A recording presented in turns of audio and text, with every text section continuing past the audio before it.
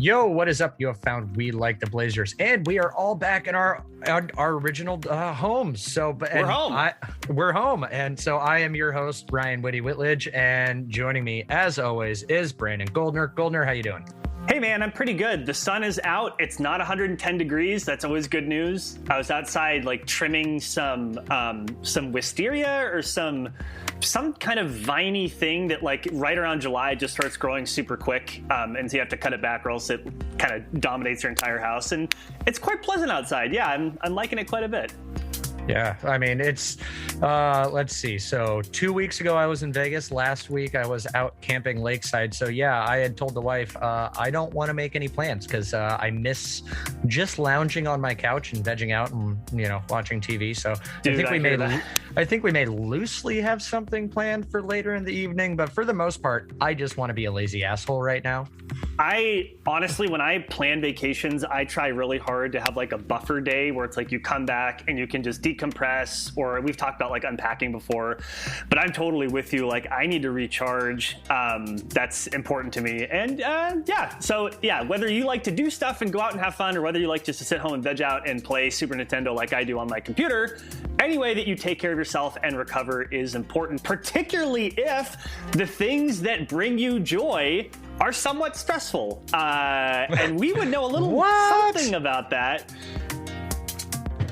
This is my transition to you. I'm handing off to you. Oh, that was a horrible. Out of all the segues you've ever done, I know it was pretty bad. That was harsh.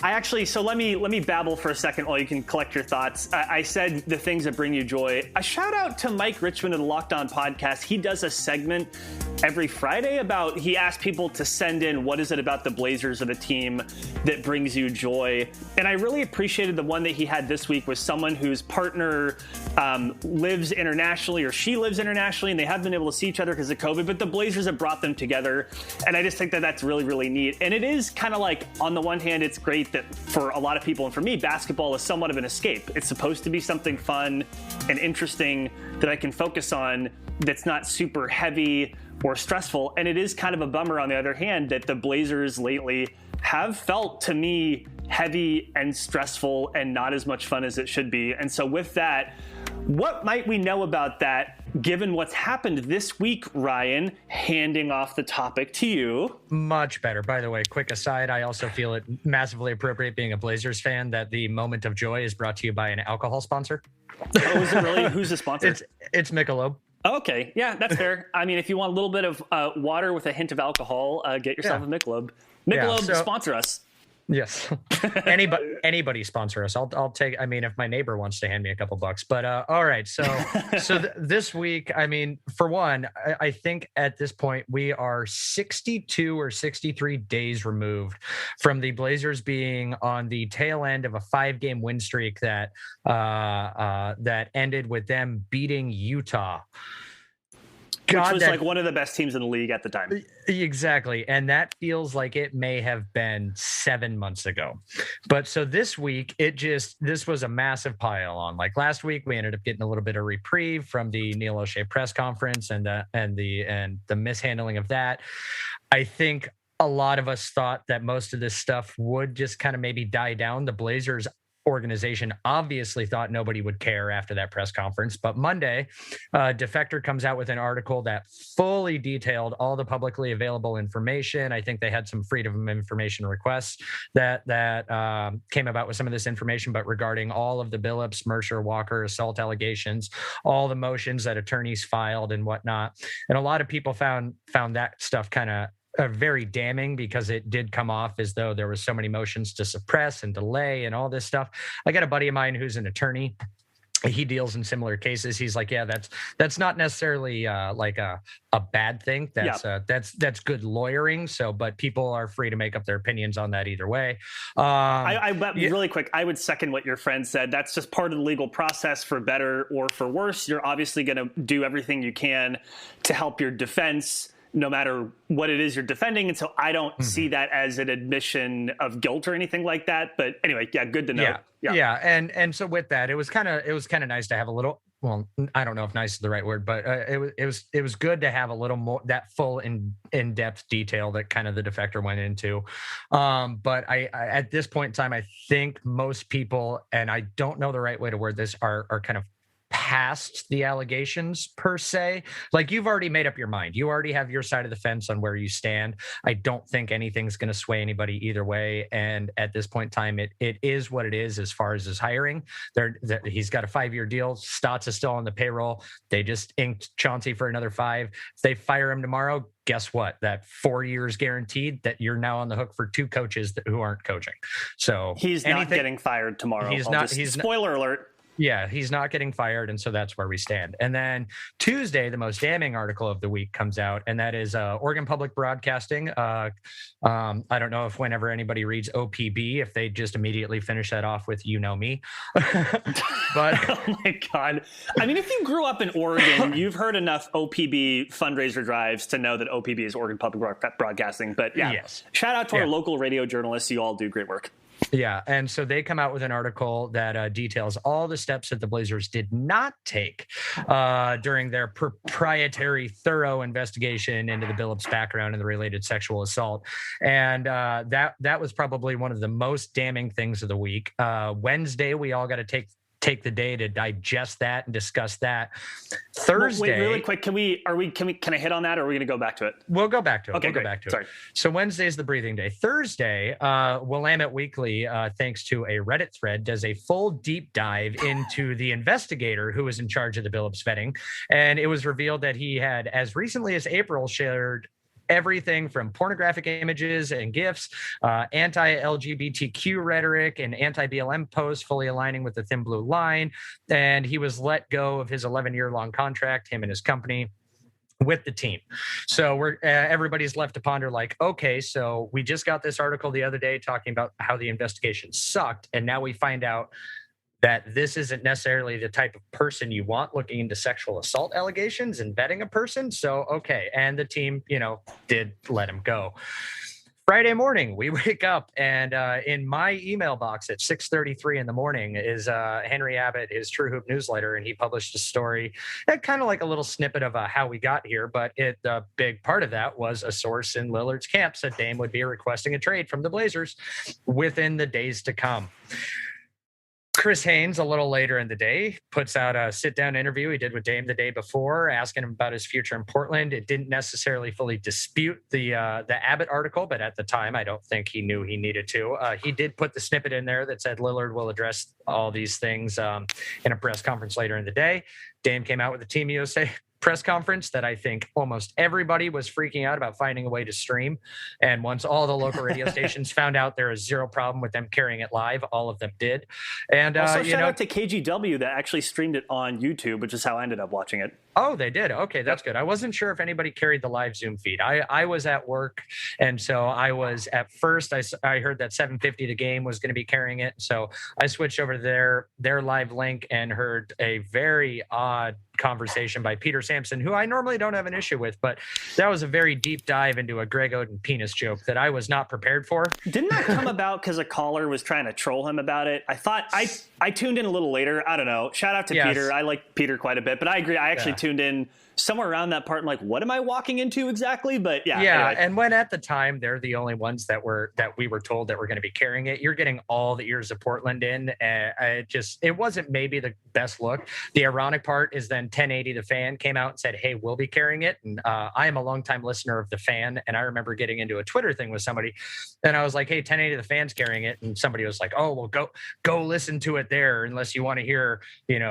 crude jokes and bad, Greg Oden penis humor or whatnot. And I was like, it's a longtime listener of The Fan. That actually sounds like that's more up their alley than 750 The Game's alley. But whatever, to each their own. Everybody picks it up. And Dame, in that interview over the course of it, we'll get into his quotes to finish this off, gave what I deem his harshest criticism of Blazers management to date. Yep. So where Ryan, do you want to pick up? Where do you want to pick up? Yeah.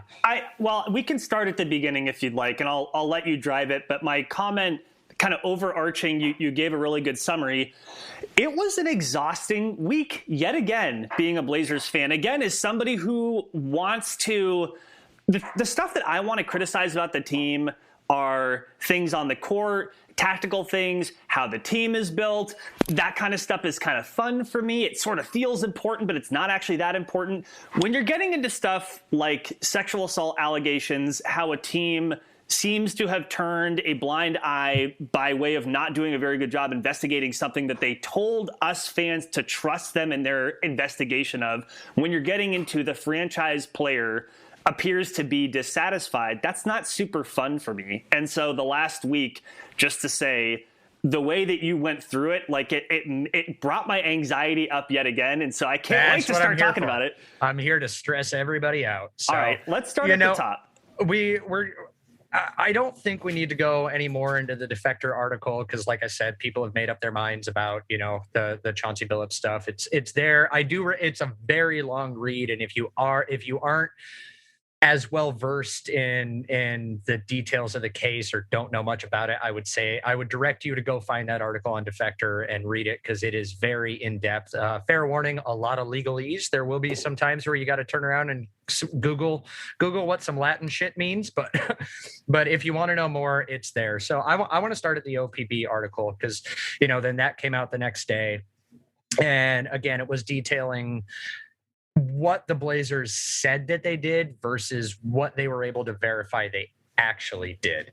And I think a lot of people took issue with the fact that you would think in this kind of situation that you would reach out to the accuser to get her take on it. I was always a little awkward about that. Where when you're hearing abuse survivors and all that say that, this is triggering, I'm like, maybe don't reach out to an abuse survivor then and ask them follow-up questions. But at the very least, maybe contact the attorney and be like, hey, that's what it is. So, turns out that the Blazers did not even bother to contact the attorney. And that's the key part right there. And by the way, just to say, so OPB, I don't know how long they had been digging into this, at least some number of days, if not over a week. And they had 2 reporters on it, which, by the way, I mean, that is why local journalism matters, is that you have people whose full-time job it is to make connections, to contact people, to pull the threads together, because we wouldn't have known that otherwise. And to your point, yeah, the plaintiff's attorney has been her attorney the entire time. And by the way, this attorney, this isn't some random, Jimmy McGill, Better Call Saul, in the middle of a strip mall person that you have to find in Albuquerque. This is like a prestigious lawyer who had been on some kind of an oversight board, I think appointed by President Obama, if I'm not mistaken. She has some prestigious standing at a law school. This person is a quasi-public figure. They're not hard to find. Yeah, Margaret A. Burnham.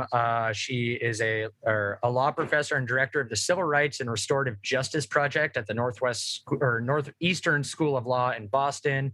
And yes, she has headed up a civil rights and abuse victims panel appointed under Obama, and I think still in that role now under the Biden administration. But her exact quote is that it's news to us that they conducted an investigation. I mean, she went on to say that no, they would not have been interested in rehashing any of that, and that they quote stand by the allegations. But again, it's kind of one of those things where it's like, if you're going to tell us you did a thorough, in-depth, detailed investigation, there are a couple phone calls you can make. And as far as your timeline goes, from my understanding, there would be no reason to look into, did the Blazers actually vet or properly vet this person until that press conference that they held on the 29th. 13 days from that press conference until this article was published. So in less than 2 weeks, OPB was able to apparently find out more than the Blazers were in their investigation. Right. And that's very troubling. And I want to hit the point that you made a little bit ago right on the head about, contacting the plaintiff in this case and how, something might be triggering. Because I heard somebody made this argument on Twitter, and I really didn't appreciate it for this reason. I don't think that it's fair at all to equate the trauma that people may feel by seeing an accused abuser in power, equating that with contacting somebody's legal representative whose job it is to field questions like that, or to just be the touch point if anyone did have a concern, a question, whether it was legal or journalistic, about that particular case. And again, this lawyer was not somebody that you couldn't find. They were pretty public. And so, yeah, I do think that that is a huge deal. The Blazers didn't do their due diligence. OPB, good job on your reporting. And yeah, it's just, I mean, and it's not like, I mean, we all kind of got that sense, didn't we, during the press conference where Neil Olshey is not willing to talk about details of the investigation, who performed it, you know, what kinds of diligence they took in that investigation, told fans and reporters to just trust us, that it was proprietary. We got the sense that maybe that was either because they were a little embarrassed about how it went, or they didn't think they did a great job. And I'm speculating, but I think that kind of the proof is in the pudding, and OPB, again, through the reporting, proved that in my view. And so I appreciate their work on that. Yeah, and then if you're not going to reach out to the you know, the accuser or the accuser's legal representation, and even if they had the thought of that, we don't want to revisit a trauma for her because she did accuse him of these allegations or whatnot, if that's your crappy reasoning for not doing it, that whatever, just maybe say that. But if you go, OPB goes on to say that, you know, retracing the steps, you know, one of her other attorneys, Jane Doe's other attorneys, has Alzheimer's disease. One of the defendant's attorneys, one of the other defendants, he passed away. Another one of Billups' representatives said he hadn't spoken to him in years. And then I think there was one of Mercer's attorneys says that he was never contacted about the investigation. So now you have it to where you didn't only not contact the accusers, you didn't contact all the defendants. And so now it just comes out seeming like you only spoke to Billups. Berman herself was quoted in the article as saying, "I'm probably the only lawyer left standing in the case." But yeah, these are people that you have to reach out to. If you use the word investigation, that's part of my problem with this too, right? Because I think when you and I hear a word like investigation, we think of something that's very detailed, that's very meticulous, that's very serious, that's very thorough. This investigation was none of those things. Yeah. And now we know that. Yeah, and the Blazers did at least reach out to the police department. I can't remember the name of it at this time, and I'm not going to scroll through the article right now to try to find it, but they did at least reach out to the police department. But Massachusetts state law has a thing in there about assault and abuse cases and whatnot, where they are not able to release any sort of public record or any of those records or videos or interviews, which is interesting because if you go back and look at some of the comments, they said that the investigator did watch video interviews and read documents and whatnot. Well, now we have the police department saying, I don't know what they watched because we didn't give them anything. And probably the best person that it sounds like in all of this that they could have contacted is Thomas Riley, who is the former district attorney who led the investigation and declined to press criminal charges. OPB was able to get in touch with him. He said that, no, I did not talk to anybody in the Blazers organization, but he maintained Billups' innocence. Now, I will also say, take this with a grain of salt on if you want to believe that, because this is the same same person who, when he was Attorney General of Massachusetts from 99 to 2007, refused to press charges in the Boston Catholic Church sex scandal. So, wow. I mean, he's, for lack of a better term, he has a history of not pressing charges and sexual abuse allegations, but that is what it is. But again, the team did not reach out to him. And, you know, he got rather combative with the OPB person saying, you and your colleague can continue to work this story until the cows come home, but you're not going to be able to change the bottom line. Mr. Billups is telling the truth in the incident you referred to. So that's what journalists do, though. Like, journalists make calls to people who have relevant information about the thing that they're researching and investigating. So yeah, I think that's pretty funny. Ryan, like, what is your overall takeaway from this piece of it? As OPB does their reporting and there's certain information about this investigation the Blazers undertook, as that stuff comes to light, what is sort of your bottom line takeaway from all of this? Well, I mean, if you're going to ask if I'm shocked, if I'm surprised, not just that Neil Olshey lied about what his process was, but that shocking, but a very profitable and public organization was not completely forthcoming about their methods and needed and lied to the public in an attempt to try to get a story to go away faster, only for that to come back and blow up in their face. Welcome to 2021. It happens all the time. It just so happens that a lot of us as Trailblazer fans are more emotionally invested in this than, say, if freaking oil or gas company does something stupid like this and pays a settlement to make things go away. I'm not surprised. I'm not shocked. This is sports franchises 101. It's going to cost them fans. Just look back at the Jailblazers era. They lost fans, sellout streaks ended, people stopped supporting the team. But as soon as they became good again, you get them all back. And so there's no, just in sports in general, not just basketball, there's no need to be held accountable by the public, because it will always be a cycle of, you did this, we're mad at you.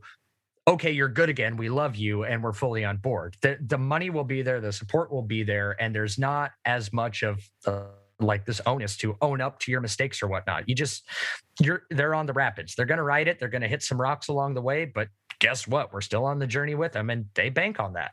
I think that's a really good point. And to me, the takeaway from this is that the Blazers organization and Neil Olshey specifically wanted to present the veneer of objectivity with an investigation. They wanted to present the veneer of thoughtfulness, and they mentioned that they had done an investigation in order to try to make people feel better about the process. It turns out that this investigation was not thorough, was not thoughtful, was not done in good faith. And I think for me, that's the big takeaway, where if you want to make a particular hire, if you would like to hire Coach Billups and you don't have any reservations about that, I think that's fine. You stand up there, you own it, you say so. But to pretend that you actually cared and that you really took your time with something, and for it to come out that you didn't, I think that does betray the trust of fans in a whole different way. And then to your point about, does it even matter if the trust of fans is betrayed? It may matter in this way. In Portland specifically, you have more people who are becoming fans of soccer. The Timbers and the Thorns are more popular than ever.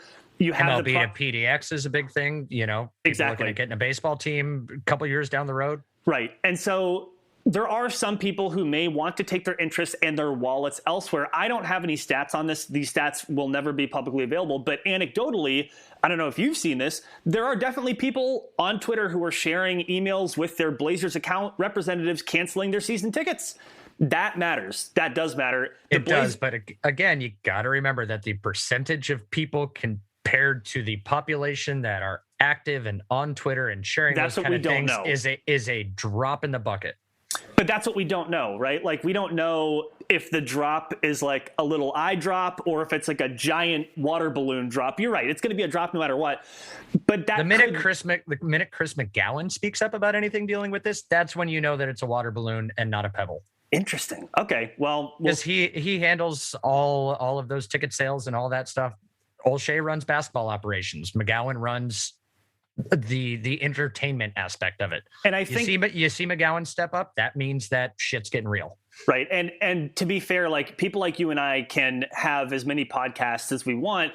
The Blazers don't care until it starts affecting their bottom line. Season ticket holders is probably the number one thing that they don't want to lose. I can't imagine any other fan that has more investment than someone with season tickets, and that really will matter to them on some scale. We just don't know what that scale is, and we probably won't ever know. But anyway, yeah. And the last little bit before we move on, because this will be a good little pivot too. I mean, to me, the investigation, I don't take the investigation as that they were looking into, is Billups' story correct? What was the truth of these allegations? Because of how social media had been, it wouldn't have mattered because they wanted to hire him. All that investigation was to make sure that there wasn't something that was unknown publicly at the time that would come back and bite him in the ass.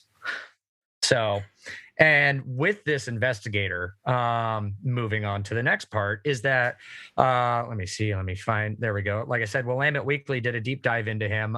It was alluded to by Jason Quick shortly after that press conference back on the 29th, that it was a former FBI agent that ran the investigation. And it now comes to find out it was, I'm trying to find stupid pop-up ad. I hate pop-up ads. Hold on. All right. I think his name was Dude McDuderson. It was Dave Hallman. That's pretty close. Based out of Roseburg, private investigator and consultant. There's your red flag, right? Based out of Roseburg. Sorry, Roseburg, but that's Shots fired. I'm just saying, man. Sorry. But runs a firm called the Alder Group, and he'd been a contractor with the Blazers for 11 years. If you do a deep dive into it, it sounds like Alder Group is who they use for pre-draft prospects. If you're going to go through and vet them, background checks, before you sign free agents, he's the guy who has been in charge of, lack of a better term, making sure that the Blazers are bringing in those quote unquote high character guys that they so crave and desire, which then makes all the crap that has come out about him since about, like I said, sharing not just pornographic stuff, but like very questionable pornographic stuff on his Twitter feed. He has since, locked it down, made it private. And like I said, after all this stuff came out and whatnot, what is her name? Ashley Clickstale or what? The Blazers communication person. She's just getting thrown to the wolves on this, but she had to come out and make a statement saying that, in light of all this stuff, let me see. Here's a quote. Though the Trailblazers have used Alder Group for the past 11 years. So again, that's where you can infer that they've been responsible for all the background checks and stuff. We were recently made aware of inappropriate content on the personal Twitter page of the principal of the Alder Group. The content of the Twitter page is completely unacceptable and is counter to what we stand for as an organization. As a result, we will no longer be using their services. So yeah, that's the one thing they've done right. Out of all week, it's the one thing they did right. Kind of, but it also, tell me, maybe I'm off base with this, and so you can rein me in. To me, this that's what really... I'm here for. Exactly, yeah. This really smacks of Neil Olshey will be happy to point the finger at literally anyone who is not Neil Olshey. Whether or not they've worked with this group for 11 years, in my view, is irrelevant. You're making a judgment call specifically on the vetting of Chauncey Billups. Mm-hmm. This is something that is more important, that is more heightened than whatever normal processes you go through. As Olshey said himself during the press conference, that they went above and beyond what they usually do with hires like these. And that is reflective of Neil Olshey's poor judgment. I get that maybe it's a little bit tangential. I get that maybe I don't actually expect Neil Olshey before he started this, I'm going to go check this dude's personal Twitter account. That's not what I expect. Well, and at 11 years, that's a hire that predates Neil. Right. It's a hire that predates Neil. But again, as you continue to use a particular service, you are kind of reaffirming your trust and confidence in them in some way, shape, or form. But my point is, let's just say that Neil Olshey, the Portland Trailblazers, almost certainly had some directive that they gave this person, that they gave the Alder Group to say, here's the kinds of things we want you to look into. And so if their investigation wasn't very good, I do ding them for that. I also ding them for if they want to continue to work for somebody who's very public. I just think it's ironic. Their public Twitter profile, this doesn't take an investigator or a reporter to look at this dude. It came from what, the Rip City Reddit? So now we're outsourcing our investigatory functions to Reddit? It was a Philly 76ers Reddit. Oh, was it really? Okay, well, shout out to Philadelphia. It was a Philly fan that hopped into the Rip City Reddit thread. I just think at some point, if you are depending... They're vetting for the Ben Simmons trade. Oh my gosh. I just think at some point, your organization, let's say that you're about to undertake an important investigation. Doesn't it make sense to be okay, should we continue using this group? Should we look at them a little bit more closely before we let them go and begin their investigation? That's the thing is this is just basic organizational incompetence, and I do think they deserve to be dinged for that. Again, not that Neil Olshey should be checking everyone's private Twitter himself.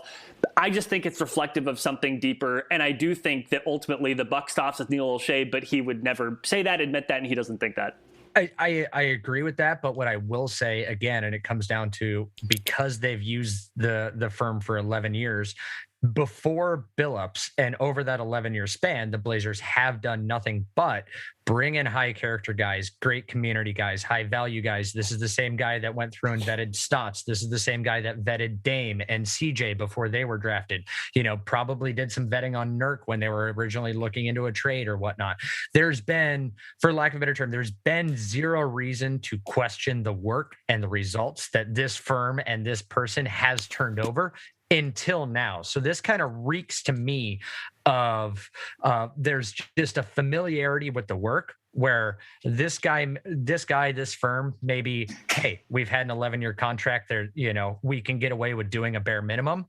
And the organization has had so much trust in them because there's been nothing that's come up with any of the other work that he's done, at least as far as we know, that they just kind of took it at face value. That's the one little caveat that I will give the organization. But I do agree with you that, you shouldn't be, as such a public figure, so lackadaisical and not do like periodic reviews. Us as employees in all of our jobs, we're subject to yearly reviews and finding out things that we do. How many times has his contract been renewed? Like maybe they just renewed his contract like last year. I don't know. Before you do that, hit refresh, find out if there's any other stuff or whatnot. But to me, a part of this does like reek of that familiarity and that comfortableness with each other. I don't have to do everything I need to do because, hey, the last coach I looked into was a great guy. And and everybody loved his character. But bare minimum, I can get away with it. I hear what you're saying, and you have a good point, and I appreciate it.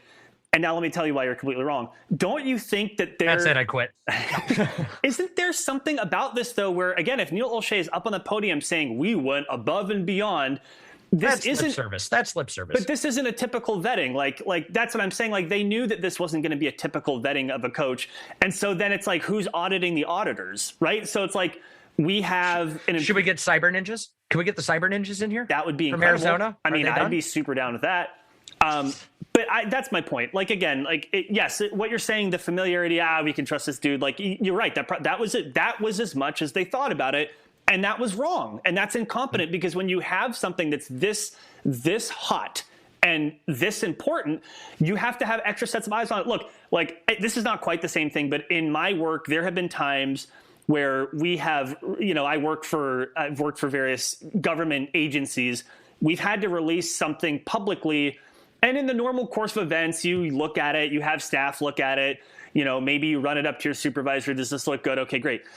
We know when there are times that we have something that's of particular interest, of particular importance, of particular public concern.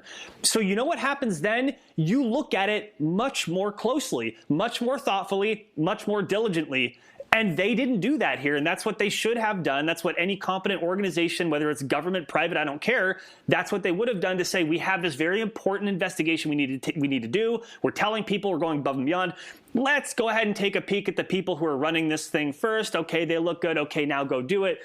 That's what I'm saying. I think that, again, they didn't really care. They didn't care. They wanted to say that they had done something. That's about as far as it went for them, in my personal opinion. That's what I think. And part of that does play into Neil Olshey being a narcissist, in which he's the most humble man on earth. Dude, you're high. He, I believe, in his heart of hearts, thought that for some reason when he got up there and said, trust us, and we did this thoroughly, that he probably walked off the podium and was like, you know what, great job, guys. Yeah, he was like, I nailed that. We stuck the landing. I think we really handled this, and now we can just get into talking about how to coach a basketball game. And went and had a latte and went for his daily walk around freaking the lake in Lake Oswego. My goodness. Okay, so there's that. And now we're trudging towards the end. Now we're trudging towards the heart attack that everyone had as of yesterday. I will admit, it was a horrible day to start my work week. It was funny because I got the email notification from knowing Henry Abbott, I get a free subscription to his True Hoop thing and his Substack. So I got the notification that it was in my inbox, and I'm not used necessarily to seeing a lot of Blazer stuff in there. He had an article, talking about Jody Allen and the Allen estate and all that here a couple weeks ago. But I didn't read that until later in the day. And so then this one came across. It was just like, oh, True Hoop. And I just swiped it off. And it was probably about 15 minutes later that Ryan Green texted me the screenshot, and he's like, did you read this yet? And I just read the little subheading of sources close to Dame say that he will be demanding a trade in the next couple of days. And I'm like, son of a bitch. I'm literally driving down the road. I'm 10 minutes away from work. I'm trying to finish up this job site. Everybody's in a crunch. I probably wasn't the most productive worker I could have been yesterday, because it's just like death scrolling Twitter just to find out what's happening, who's saying what. And for one, God, I feel old because I didn't realize the amount of people that are currently involved in, or that care about all this stuff, that thought this was just some no-name reporter trying to make a name for himself. It's Henry freaking Abbott. Not wild. And for everybody, he predates Twitter.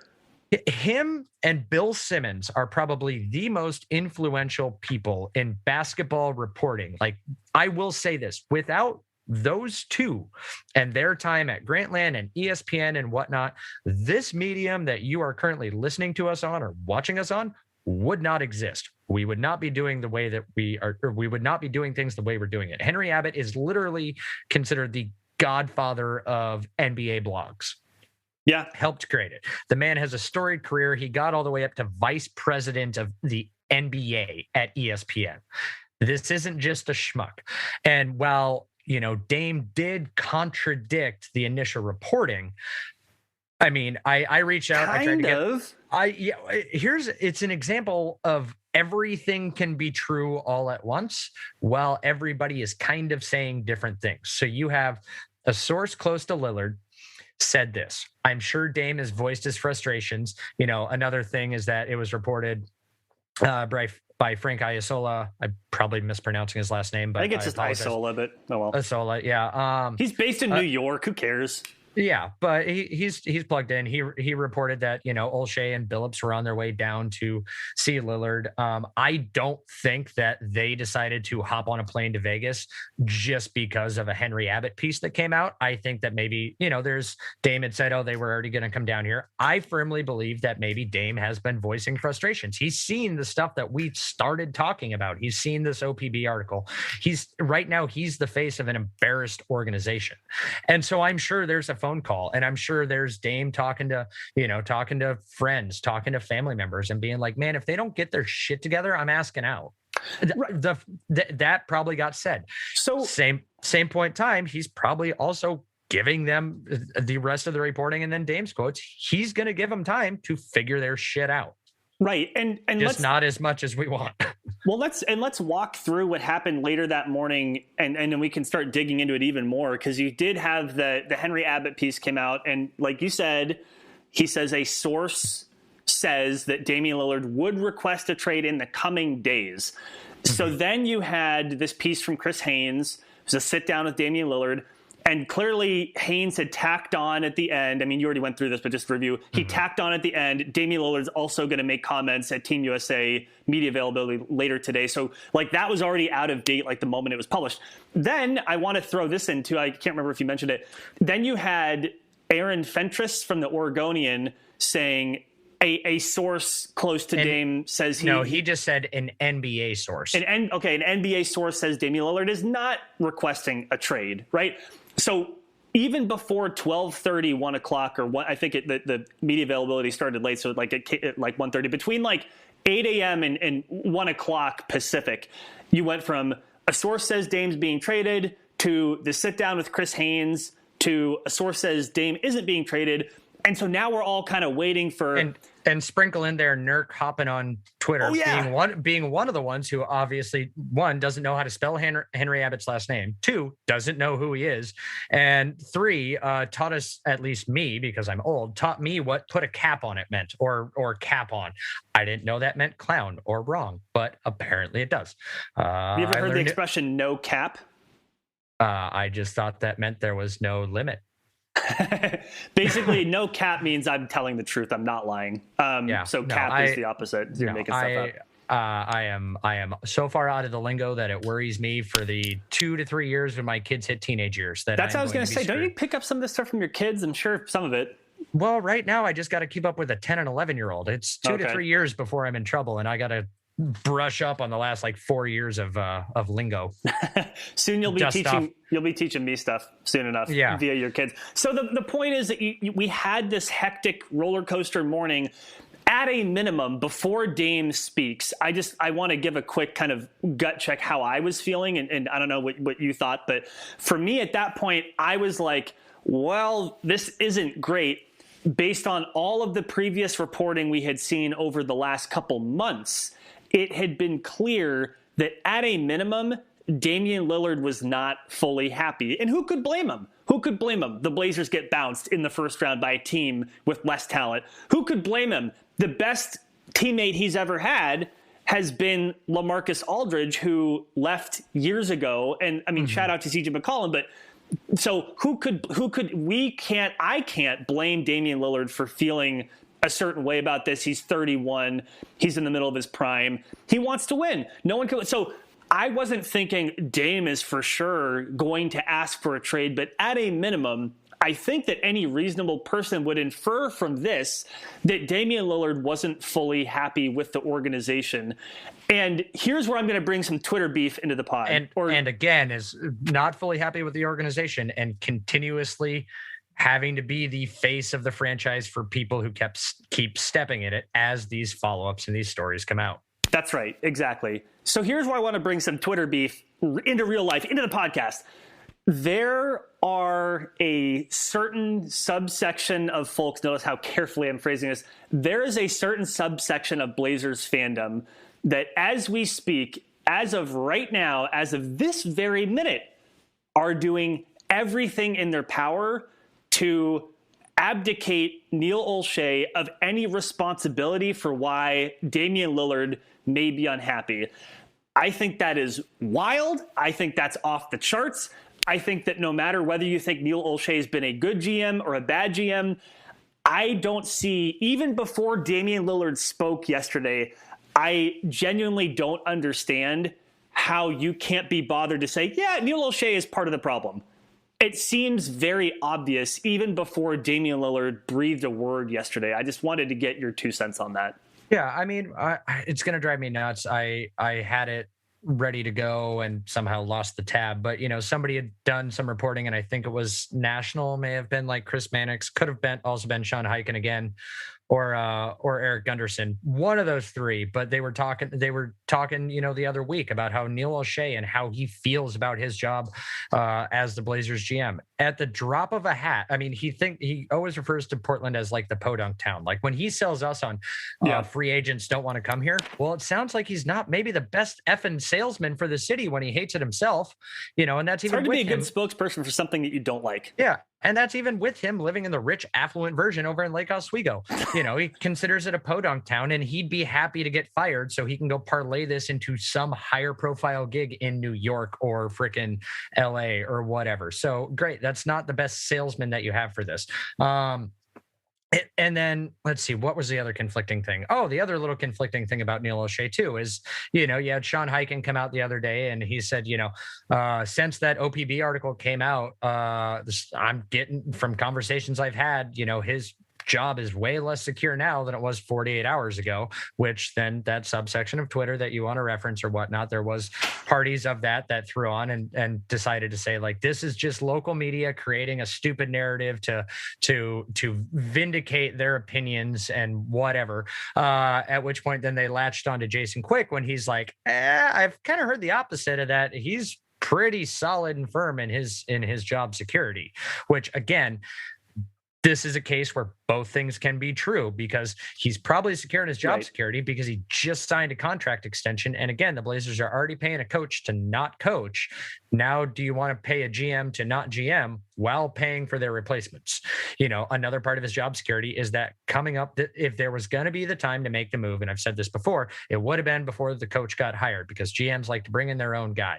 If a GM, this is not the time now to fire a GM as much as some of us may want it. And trust me, I will help him pack if the day comes, but I wouldn't help him pack. I'd get him to get someone else to pack for him. I'm not going to help him with that. Fine. By help him pack, I mean I'll throw his shit out the second story window and he can pick it up his own damn self. Like I'm a bitter wife who just found out her husband's cheating. I'm not bubble wrapping that dude's art. Not doing it. I'm not bubble wrapping it either. I said embittered wife that just found out her husband's cheating. You get that stereotypical throw it out the window. So and to your point, and I think this is a good one, and this is where I'm going to steer it away from the hot take and into the nuance, because I think it's important. Your point is a good one about reporting and how it works. So for the reporting about Neil Olshey is less secure in his job than he was before shit hit the fan yet again.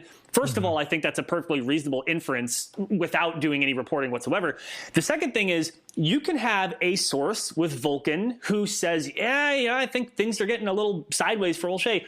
You could have a second source with Vulcan be like, no, Olshey's pretty solid. Both can be true at the same time. That doesn't mean that Jason Quick or Sean Highkin are making something up. In the same way with Damian Lillard. One of them could be talking to Jody. The other one could be talking to Bert. And they have two completely different opinions. Yeah. So much in the same way that Henry Abbott could have a source close to Dame saying, I think Dame is going to ask for a trade the next couple of days. And then Fentress can talk to a different source, be like, I don't think he's asking for a trade the next. It doesn't mean that Aaron Fentress or Sean Highkin are making anything up. It could be that circumstances change. It could be that your source wasn't as tapped in as they thought. It could be that the source is part of a broader set of people that, everyone has a different thought about something and they're tapping into or trying to convince the person of this, that, or the other. That doesn't mean that reporters are making things up. And so I really take issue with some people who are trying very desperately to frame any criticism of Neil Olshey as that's just a local reporter with an axe to grind. That is complete. Go read the national media. That's why it's bullshit. Yeah, look at any NBA analyst. Is there anybody who has breathed even a scintilla of a positive word about Neil Olshey lately? No, they've either avoided it or said it's an embarrassment. You have Dan Devine of The Ringer, who I love. Does he even live in Portland? People seem to think that he's the Portland media guy. I don't think he lives in Portland. You have Dan Devine, who's been very vocal about this and all that. You have Chris Mannix putting stuff out for Sports Illustrated. You have these people. Haley O'Shaughnessy, Sirat Sohi, Ben Golliver. I mean, you could go down. This is not Nate Duncan, John Hollinger. This is not some local Portland conspiracy that they all don't like Neil Olshey. It's because he's not doing a very good job right now. It's because the way that Neil Olshey has been handling stuff has been bad. And now it has become that the way Neil Olshey has managed the team over the last 9 years is in part alienating your franchise player. And if you can't be bothered to admit that, then I don't know what to tell you. It doesn't mean that you have to hate Neil Olshey or think he's done a bad job to simply admit what's right in front of you. That's what gets me. I don't know. Yeah, and there's the things too where if you bounce back and forth between some of Dame's quotes when he had that press conference and some of the quotes that were in the Chris Haynes piece, he talks about that, I've experienced everything with the Trailblazers and I've worn that jersey as a badge of honor and with a lot of pride and care. I'll believe that from Dame. Do I think that Neil Olshey is carrying that same badge of honor in all of his Blazer pinwheel polos that he wears and does his job with as much pride and care as Dame? Fuck no. And then Dame went further on and he goes, even when I'm playing well and we come up short at the end of the season, I go home and the first thing I do is look in the mirror and tell myself we didn't win a championship. Or if I didn't play as well as or even if I did play well, or even if I didn't play, there's a cat. Zora, what do you think? Threw off my quote. Yeah, sorry.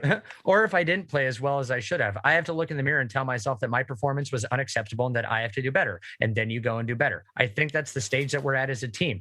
Not just me, not just my teammates, not just our new coaching staff, the front office, everybody in this organization has to look in the mirror because we've constantly come up short. That's first shot across the bow. Apparently Neil Olshey, surprisingly, I would have guessed he lived in a house of mirrors because he likes looking at himself. But maybe he doesn't have one because he's bro. And then you go and mix that then with Dame's quotes from yesterday. And here, give me just a second here, Stallwell. Oh, he said there are many teams around the league when he's asked about if the roster has to change or if it was just the coaching. And here goes to the argument that Blazers Twitter has lived in for what seems like the last year. There are many teams around the league who don't make roster changes and they improve. We've had so many teams in the league that a coaching change or a new voice makes things better. Look at Golden State Warriors. Get rid of Mark Jackson, stay a relatively same roster, get Steve Kerr in, become start a fucking dynasty. I don't disagree. And that wasn't the Dame quote. That was a small tangent. He goes, in that corollary, who's the Draymond Green on this team who's just like ready to bust out? Like, who's the large all defense level guard who's playing alongside Damian Lillard? Like, I don't know. It's just Draymond's not a guard, but if you want to go with that, it's the guy who just broke his ankle. I was talking about Clay in the second one. Oh, okay. Because if you were going to go, if you were going to go with the Draymond analogy, I was going to say probably the closest that you'd come to that would be the tall white guy who just broke his ankle again, who the Blazers didn't extend a qualifying offer to, and is probably going to be on another team next year because somebody will pay him $5 million. The Blazers don't have the talent of a Warriors. There's no secret person who's going to come and vault them into contention. It wasn't just Steve Kerr. There was more that went into that. So but that's what we're saying, or that's what Dame is saying here. Right. Is, there's teams around the league who don't make a roster change and they improve. There you go, Golden State Warriors. But carrying on here with this quote, because this is what I feel is one of the more important quotes. There's two really important ones, and this one is probably number one for me. I don't disagree that Chauncey can really change our team, make us a better team. But if you look at our team as it is going into next season, I don't see how you can say this is a championship team. We just lost in the first round to a team that was hurt. That is Dame flat out contradicting Neil Olshey's press conference of that, having the 29th ranked defense and losing in the first round was not a matter of roster construction. Okay, so you have the GM saying this isn't roster construction. In whatever context you want to try to spin those words into, the GM said this is not roster construction. That leads us all to believe there's not going to be major roster moves. Nurk and CJ themselves came out through various things saying, I was told that there's not going to be many roster moves. There's just going to be coaching changes. So here's the evidence that this is what they got from the GM up high. And now here's Damian Lillard basically saying, that's fucking bullshit. We need something different. We need some changes. And if you don't want me to peace out, do something about it. I like how don't want me to peace out and do that thing where the person disappears. We're doing video now, so I gotta, should I have done a little run off the screen? Oh, wait, hold on, this way. Oh, that way, okay. No, that's exactly it. It's so, and I appreciate your pivot into the Damian Lillard's comments, because up until the press conference, we have gotten the sense that Damian Lillard wanted to see some roster changes. We had an article from Chris Haynes in April saying, quote, Lillard has not received the help he needs to win a title. We've seen that reporting repeated up until yesterday, where most people would infer that Damian Lillard wanted a roster change. To your point, Damian Lillard then explicitly says so multiple times during that press conference.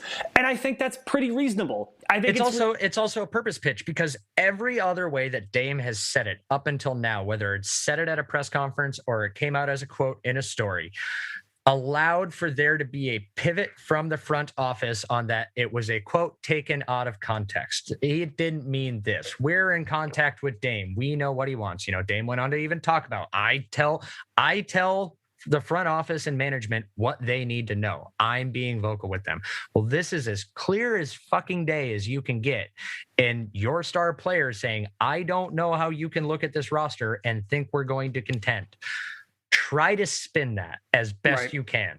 You know, I know how they will spin it. It's going to be that our roster is incomplete. We have holes to fill. We don't have a backup center. We need to work. Well, yes, as when he said that, we didn't have a complete roster. There were free agents that walked away. We were doing this, that, and the other. Yeah, I already know how Neil's I got my bingo card filled out for when he'll justify this. Yeah, no, absolutely. So there's so much in this press conference. What else did you want to dig into? I want to reserve my kind of overall takeaways from it until we get a chance to really drill into the things that we want to hit. For one, absolutely great that there were at least 2 questions that were attempted to be peppered in asking about USA basketball. And also while we were in the middle of the heart of, is he going to stay on the team and what is his commitment level for next year and the future moving forward? Somebody asked him how they feel about Kevin Love leaving the team. Dude, read the effing room. Save the Kevin Love question for later. Maybe get that like in the hallway, off the record, whatever. But you know, he's asked on whether he's committed to the Blazers for next season. He goes, and this is the worrying thing. He goes, right now I can't say what I'm going to do. Now, for context, he is starting his max extension. He is locked in for 3 to 4 years. It is very rare. I mean, when you hear a player who, by lack of a better term, signing a long-term extension and having that kick in, that's kind of a commitment. So when you're asked if you're committed and you say, I don't know, ... that's kind of worrisome. Well, it's very worrisome, and it's a complete departure from everything Damian Lillard has ever said publicly about his future in Portland. Yes. And so he gets to that part. And then I feel, you know, there were so many emotions during this press conference because right off the bat, you know, he's asked how he feels about the Abbott piece. He says, hey, you know, woke up to the news, blah, blah, blah, phone blowing up, whatever. It's not true. I'm not demanding a trade. We all exhale a sigh of relief. Follow-up question. I don't know what my decision is for the future. Okay, great. The heart palpitations are back now. You know, to then we get to the whether he expects to be in a Portland uniform this upcoming. Now here's one fun caveat. I will walk you through what he said on whether he expects to be in a Portland uniform this season. He says, I expect it. Hey, guess what? This season is still going on. The finals are still happening. We haven't turned the calendar year over. So yeah, he expects to be in a uniform this season because he was in a uniform this season. Somebody should have. Hold on. I'm playing semantics here. I wanted the question asked, do you think you're going to be in a Blazers uniform next season? Because we're still in this season. I think that's pretty funny. I think it is Damian Lillard knowing that you're right. His supermax is only now kicking in. You know, if he wants to angle his way somewhere, he has some time. The draft has yet to happen. We have the trade deadline. Once the season begins, you have the trade deadline at some point. I think that this is just him saying that, yeah, it's more likely than not that I'll be in a uniform when the season starts, which I think is true, right? But that doesn't really cut to the concern, which is Damian Lillard going from, I'm going to be a Blazer for life, I'll be in Portland forever, people who are chasing a title. He's made fun of people on social media who have gone ring chasing. And now, yesterday, a very clear, what I would call as close to an 180-degree pivot as maybe 177-degree pivot toward, actually, I'm not getting any younger and I do want a ring, and I haven't decided what I'm even going to do for this upcoming year, let alone stay my entire career here. That's such a drastic shift that even if Damian Lillard had said absolutely nothing about the roster, if he had said nothing else except that, there would be no reasonable inference other than he thinks that the roster is part of the problem, because of course, how could it not be? Why would you say those things if the only thing you had an issue with was the coaching, right? You would say, I'm great. I love the changes that we've made. I'm locked in. I'm committed. That's all I have to say about it. He didn't say any of those things. So yeah. And it's funny too, because Olshey also in a previous press conference, I can't remember which one, I think it was his end of season, you know, can we call it an exit interview? They didn't really do exit interviews. I'm going to call it his exit interview. You know, when he was talking about, you know, hey, we're Portland, we've had sustained success, you know, we've made the playoffs this many years, yada, yada, yada, when he's bragging about that. And then again, you have Dame coming out basically saying, yeah, but when he drops the quote of, you know, we made the playoffs all these years, we have a great city and a great team, there are a lot of positives, but you reach a point where it's not enough. So it's like he went through Olshey's quotes and was Yes. just like, what can I say to where he knows that this is a direct counter and I'm going to put this in the public sphere Yes. so that they can make these connections like I am making right now. That's a really great point. And I don't mean to keep dumping on this one individual, but Aaron Fentress of the Oregonian did tweet out after the press conference that given today's chaos, here is a reminder that the Blazers finished tied for the 8th best record in the NBA, not 18th, not 28th. It's not a championship roster, but it also isn't a bad roster. And my response to that was what you just said. Dame said that a few times. He explicitly said it was not good enough for him in the context of chaos. This isn't comforting in the slightest. And I love what you just did there, which is the connection that Damian Lillard, who is I would call him a master communicator. He's an incredible communicator. Was there intentionality behind lifting these various phrases, these talking points that Neil Olshey has used, including recently, and explicitly rebutting them? Maybe there is some intentionality there. We're speculating, but there certainly could be. He only could have made it all the more obvious if he had dropped in proprietary, bifurcate, or panacea. That would have been amazing. And to counter that tweet from Fentress, let's go to another exact Damian Lillard quote. Over time, you want to win it all. I want to win it all in a Trailblazers uniform, but we have to be making strides towards that. I don't know about you, but winning it all doesn't sound like making the playoffs, having the 8th seed, having a 6th seed, just having home court advantage. Right. No, that's exactly it. And sorry for that. Sorry, that was a weird. Yeah. No, it's good. I was reading something else about it. But yes, I that's exactly it. I mean, and look, can anybody blame Damian Lillard? No. And what is he saying? I mean, what he's saying is not what any other NBA player who's an MVP candidate, who's in the prime of their career, who's on the other side of 30, like, that's fine. I mean, I think that it's completely understandable. We have more to get to, but first we're going to take a quick musical break just to give people's ears a bit of a reprieve from us talking. So we'll be back in just a second. Go catch a Gatorade, guys.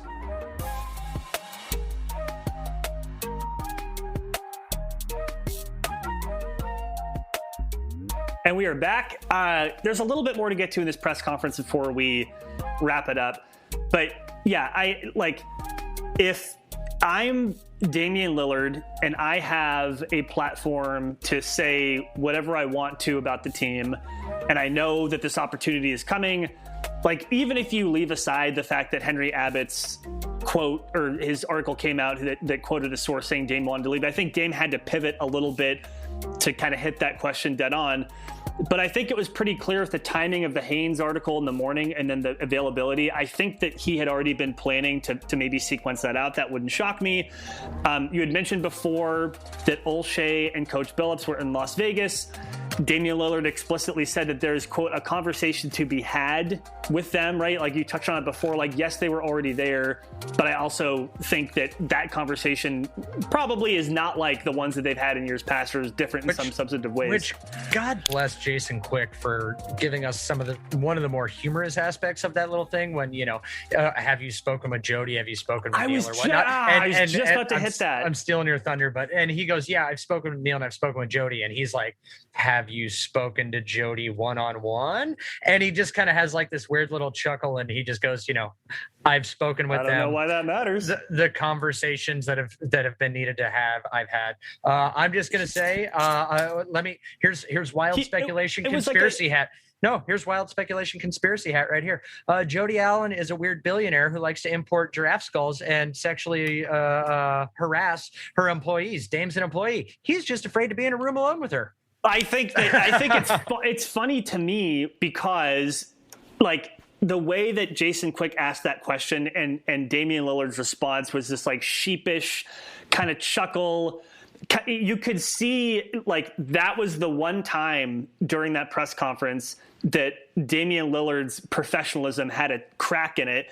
And I don't blame him, because that is a tough follow-up. It's like, well, have you talked to her one-on-one? We all know what that means, right? We know what it means when the franchise...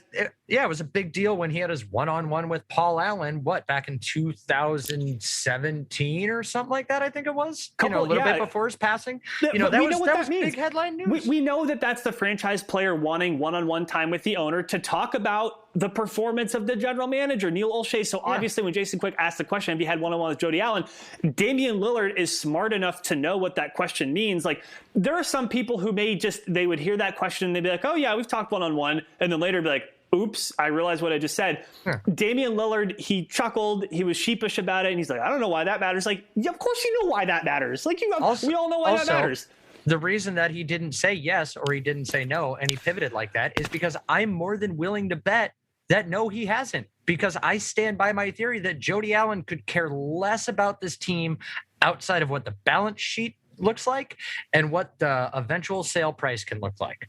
She does not give one flying iota about the team's performance if they're relevant, which the Blazers have been. They've been in the playoffs, so she is seeing playoff income on the books. Maybe not over the last year and a half as much as they normally would due to the pandemic and whatnot, but she's playing income on the books.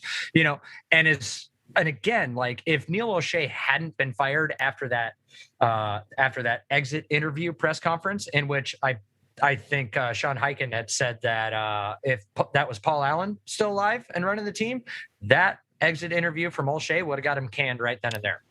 Right. But then he cares. Jody Allen doesn't care. And so when people are calling for, where's Jody Allen in all of this? What's ownership doing?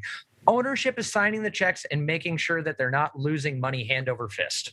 So I think that's an interesting take. I actually had a different opinion on that. I thought it was because Damian Lillard had, in fact, met with Jody Allen one-on-one.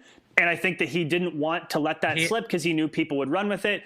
He had no problem admitting it when it was with Paul, and Olshey was still the GM then. I don't know. So that's my take. You could be right. Here's why, in my view, in this kind of... You got a tweet out there saying I'm always right, so I'm just going to stand by that. I regret saying that already. But this can kind of pivot maybe into our big picture takeaways from this press conference, because when I think about that specifically, whether or not Damian Lillard met with Jody Allen, whether or not it matters, I think about what leverage does Damian Lillard have, because he is entering the first year of a contract extension that holds him under contract until 2024. So using that alone, you would say, well, he doesn't really have much leverage at all, because whoever trades for him will have him under team control for a while.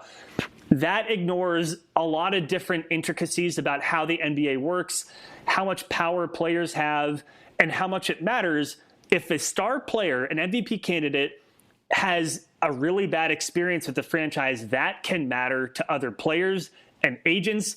Damian Lillard is not just your typical NBA player. He has endorsement deals with Adidas that number into the hundreds of millions of dollars. This is one of the premier athletes in the NBA. His opinion about this stuff matters. And it also matters if Damian Lillard, and this is basically my takeaway from the press conference, I think what he was saying essentially was, I'm going to make public my thoughts a team needs to be better. And this can go one of three ways for Jody Allen specifically, and this is why I think he has met with her. He can either say, look, I want to win right now. So we take that at face value. He wants to win. Jody Allen could say, great, we're going to make changes. We're going to build a better team around you.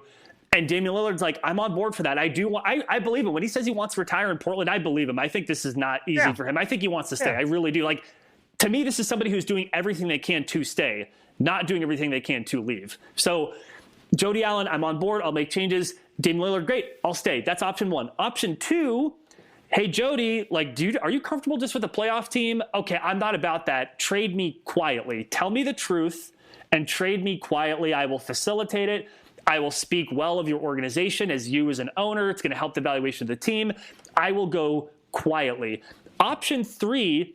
By the way, right now I like option two because that is something I have always maintained. I think I've said it on this pod before. If Damian Lillard wants out, we won't know about it until the day it happens. Right. And that would be best for a lot of different reasons, including the value you get back from him, including the reputation of the team, which I think does matter to the organization and the owner who is trying to sell this franchise. Option three, Jody Allen can lie and say, yeah, Dame, we're doing everything we can to win for sure. Right. And then do nothing to actually improve the team. At which point Dame is probably going to be like, you bullshitted me. I'm pissed. I'm now going to make a stink. You're not going to get much value from me. I'm going to force my way somewhere. I'm going to talk shit about you and your organization. I'm going to talk shit about your ownership group. I'm going to do whatever I can, use my power as a player to hurt the value of the team because you lied to me. This is me speculating. There's no reporting here. There's no nothing. Yeah. I'm just saying I think it's one of those three. They try to win. Definitely not the third. That goes against everything in his character. That's the thing, though. I don't think his loyalty brand. I don't think it. Hey, it's like Dwight Schrute said, I am loyal to whoever is most loyal to me. And it's kind of funny and it's sort of a joke, but at the same time, if someone is disloyal to you, how much are you supposed to give yourself to? But Dame doesn't strike me as the type, like, his loyalties can change, which I wouldn't blame him for. To you, but I don't think when he changes loyalties, he's going to burn the place down on his way out the door. But that's the card he has to play in this moment. That's at least what he has to, because he doesn't have any leverage with this contract. So he has to say, either you're straight up with me and I'll go quietly, or you can build around me. But if you bullshit me, if you waste another year of my prime, I will make this hard on you. And I think that's the only card he can play right now today. Whether or not he actually goes through with it, if that were to happen, is another story. But my point is, I think it behooves Jody Allen. She's a shrewd business person. Vulcan is a successful business. I don't know how much she's actually had to do with the day-to-day operations of the company, but my point is that at a minimum, she has people around her who are competent enough to run a giant company. Okay, I don't know. Like, say what you will about giant corporations. And she wants, I said they're evil. She wants to make money. Okay. Mm-hmm. She wants to sell the team for a lot of money. She doesn't want to lose money. And if Damian Lillard has any influence, if there's any pressure points he can push against to harm that, she ought to be mindful of that. And that's why I think that is the card that Damian Lillard has to play. Well, and I agree that this is all, for lack of a better term, I had one of my buddies that summed it up best. He goes, all of this just strikes me as Damian Lillard is driving the car. He's the dad that's turning around in the back seat and going, don't make me pull this thing over. I'll do it. We'll turn around. But the one thing with it, and it's kind of something like, I've heard a lot of people say, well, they can't just trade Dame anywhere. They got to get him to sign off on it. Nobody in the league right now has a no trade clause, as far as I know. Now, there are ways to structure a contract, and I was talking about this with Steve DeWald earlier when I was on in his green room for the Blazers breakfast. There are ways to structure a contract to where you make it so that it kind of the player has to agree. As Dame's isn't like that. There's not a no trade clause. So there is a possibility where if you look at this from that ownership value standpoint, normally a new owner wants to come in, he'll take on kind of a rebuild, make the team in his image. There is the one danger of that Dame's not going to get traded to a championship team where there is a Dame size hole in the roster. You could be looking to go in at the freshly rebuilding Oklahoma City Thunder, who decide to send you a whole bunch of picks that will still hold value because now it's a team of casts off and just Damian Lillard, you'll get some lower value picks for this, there is, and that could be appealing to an owner. Oh, I bought a new team. I bought it for this price and I get to rebuild it on the cheap with all these new draftees. That may make it appealing. So there is an aspect of being careful. You're not, also, by the way, there's going to be no Kuzma and 2 first-round picks to get Dame. Just shut the hell up, Lakers fans. It's costing you an arm and a leg, but Dame is expensive and it will be a buttload of picks that are going to be a rebuild or it's not going to happen. This is where it's tough for me to think about where the leverage for Damian Lillard comes from in this moment, because if it isn't the threat of being uncooperative, then I'm not sure, what he has, again, besides like the telling other players and agents and reputational stuff. And that does matter. But in my view, I don't think that, again, the threat of Damian Lillard not being cooperative, whether it's with this team or a future team that were to trade for him, that he has to be propping that up, because what other leverage does he really have? And I'm not saying Dame is this kind of person, but we have seen examples in NBA history of players who have moped, who have quit, essentially, right? Harden getting his way to the net, showing up fat and not caring. So granted, I don't think Dame will go that far, but maybe not, but some version of that is leverage that players have used in order to get an outcome that they want. And I think it's silly to assume that Dame would just leave that power on the table. He at least has to acknowledge that he could do that, and the threat has to be legitimate, right, in order for it to mean anything. So the Blazers are in a very tough spot. I mean, to me, it seems pretty obvious what you do here. To me, you try to trade CJ McCollum for something that fits better around Damian Lillard and do everything you possibly can to beef up the roster.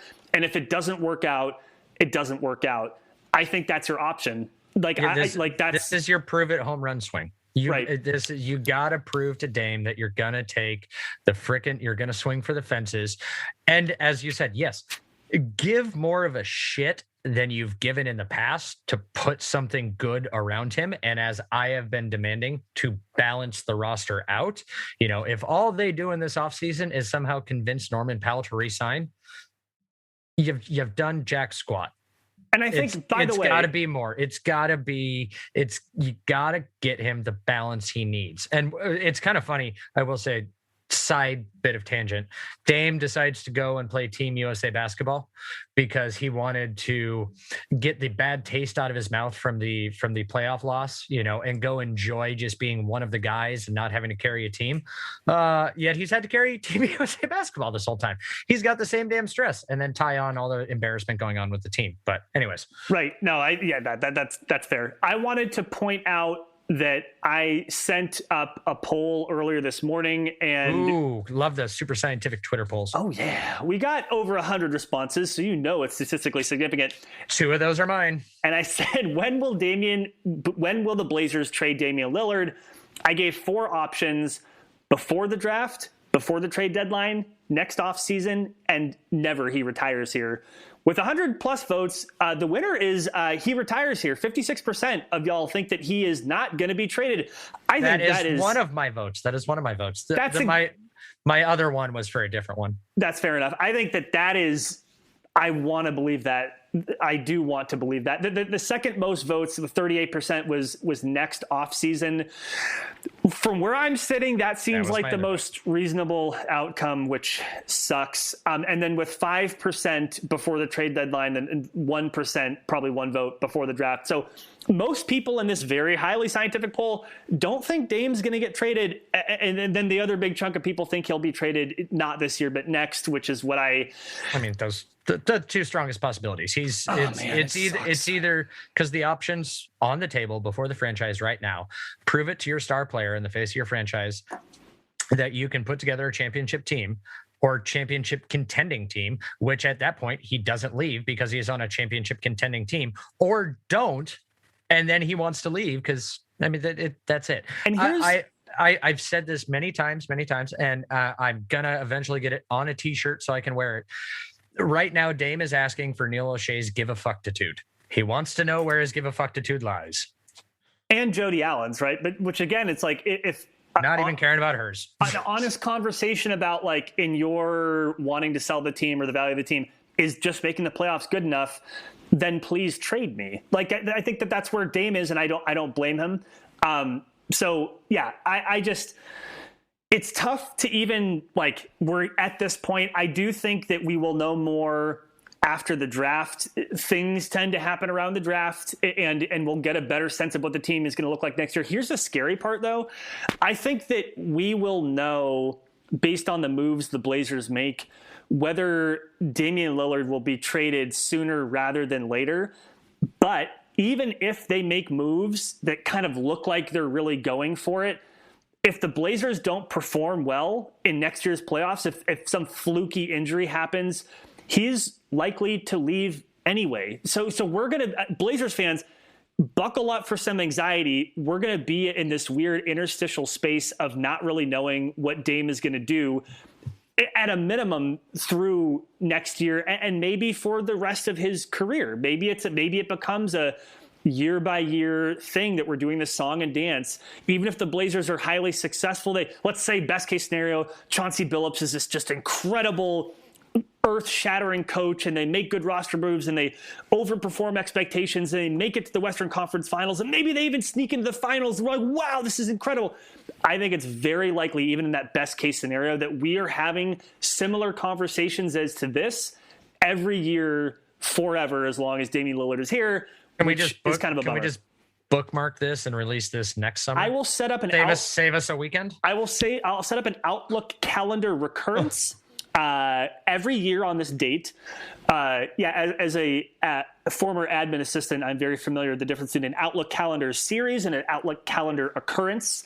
And we're talking actually about a series here, so multiple of them. Yeah, so I think we're going to have this conversation basically forever now, which sucks, but that's where we are. And again, I think, I don't blame Dame. I think he's earned the right to have this much power. And this is the first year that we're seeing him really flex it. And you know what? Good on him for it. I'm fine with it.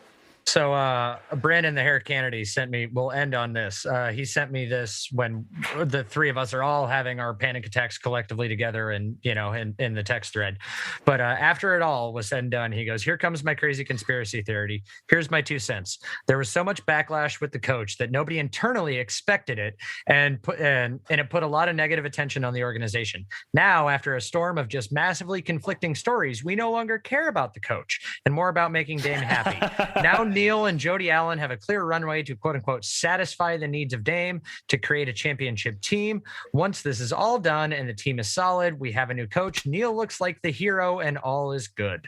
It's funny because I love it. I think it's a wonderful conspiracy theory. And I shout out to anybody who shares the best name, but this could have been avoided in large part by just handling the coaching search differently. Like you could still have a clear runway to do all those things without having to go through all this. With that, we don't just mean if you would have just hired Becky Hammond, it would be all good. Not that. There'd be less negative. Again, we're no longer on the Chauncey Billups was a bad hire for X, Y, and Z. We're now on stop being an inept organization and showing it to us at every turn. They'd still be an inept organization. They just would have hired a different candidate without a problematic background. We would like to treat the cause, not just focus on the symptoms. Yeah. That's where we're at. Yeah. I'm sure that Cassie, as a doctor, would appreciate that little medical shout out. Continuity of care is important, and continuity of care is important with this podcast because if you care about us, are we there? Are we good? You're good. If you care about us, we would love for you to check us out at weliktheblazers.com or at Like the Blazers on Twitter. We'd love for you to hit us up with one of your subscriptions, rating, review, anything like that. Oh, wait a minute. Record scratch. We didn't get to the Twitter questions. Can we just blow through those very quickly? Sure. I don't have them up, so I'm going to rely on you. I am going to pull them up because I did put something out. I put out the poll and I asked folks to sound off. And so I want to hit everybody who is participating. You want to hit people? No. Just escalated. No. I want to acknowledge people who participate with us on social media. To Sarah Adams at FDE Dip. This was in response to asking when the Blazers will trade Dame. Sarah Adams says, I'm guessing next offseason because I think he'll give them this season to fix things, but I don't think anything's getting fixed. That comment got a lot of likes, and so I think that means a lot of people agree with Sarah, and that is also, I share that view. So Sarah, you are 100% correct and right in everything that has to do with anything that agrees with my opinion. No, just kidding. I happen to agree with that. Yeah. So, I was going to say then also looks next one down, now that I have it up, Catherine, I think it all hinges on whether or not Neil is fired. If we get someone competent, never. If Neil stays next off season again, I think it was the Trailblazers Sports Illustrated account. They have their own, I think it's like All Things Blazers is what it's under. I think they came out with a piece and they were talking about, why that. Yes, we all agree that Neil is not a good, or well, not we all. Me and you agree that Neil is not necessarily a good or competent general manager, especially recently, even though he's had good bits in the past. But that why firing him now would be more problematic to the franchise moving forward than if keeping him. So if anybody is holding on hope that, hey, Neil Olshey is going to get fired tomorrow, it's probably not going to happen. And if he does tank, this could just be hey, get a new coach established. Let's see what we can do with the roster. All right, let him go next season. And by the way, if we get someone competent part is really a corollary for the team makes good moves. And so I will say this. I will say, as much as I do not think that Olshey does a good job in a lot of different ways, if he makes the right moves, it kind of doesn't matter who the person is. I don't care if their name is Neil Olshey or Spliggity Gwiggity, right? Like, it doesn't matter. If the moves that they're making are good, that is what matters. We had another one in here from Lewis Layton at Cabo Cush. They answer never to the question of whether Dame will get traded, more of a prayer as a mantra, because Dame's Blazers can definitely win a championship.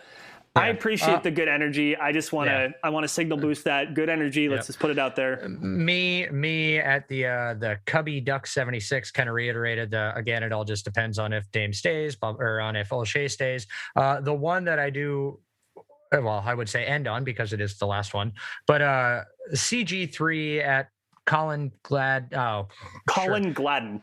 Yeah, that one. He says Dame and his agent are actively seeking trade destinations, but are aware that the pieces and contracts on the table right now would not land him with another contender this season unless someone pulls a big move. So it's better for him to sit and wait this season. That kind of ties into what I was talking about, to where, you could force your way out, but you just may end up in Oklahoma City like Chris Paul was last year and just kind of, buoy a team to an ace spot, and the Blazers get a buttload of picks for you. Dame is in a tough spot. He is, because even if, let's say, the Blazers wanted to fulfill his, whatever fantasy of team he wants to go to, the other team has to agree. Even if the Blazers are like, we're going to get ripped off on this deal in order to do Dame a solid, they're not going to do that. But even if they did do that, the other team has to agree to it. And Damian Lillard is 31. He's not getting any younger. Dame waiting a year is wasting like one of the last 2 or 3 years of his prime. So Dame is in a tough spot. Thank you all for the questions. We appreciate you. Again, find us at sorry. For all Knicks fans that keep saying that, they can just absorb Dame's contract and the Blazers can get a $40 million trade exception, you can all just straight go to hell. Now you can bring us out. I agree. Now I got Zora on, so I've had both cats on the pod today. Both Zora and Zora, very good cats. I need my dog. Where's my dog? I know. Grab your dog. You can find us at WeLikeTheBlazers.com. Like the Blazers on Twitter. Rate, review, subscribe. Find me at GoldnerPDX. Find that dude at the Witty Ryan on Twitter. And that's about it. Thank you all. Hopefully the next week is better. We appreciate you. Thanks for listening. And until next time, go Blazers. And don't watch Space Jam 2. Why not? All right, go Blazers. Go Blazers. What's your problem with Space Jam? It's horrible. You saw it? Oh, okay. Why didn't we talk about that?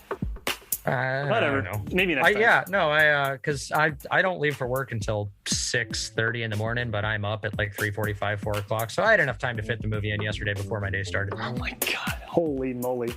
Okay. The recording has stopped.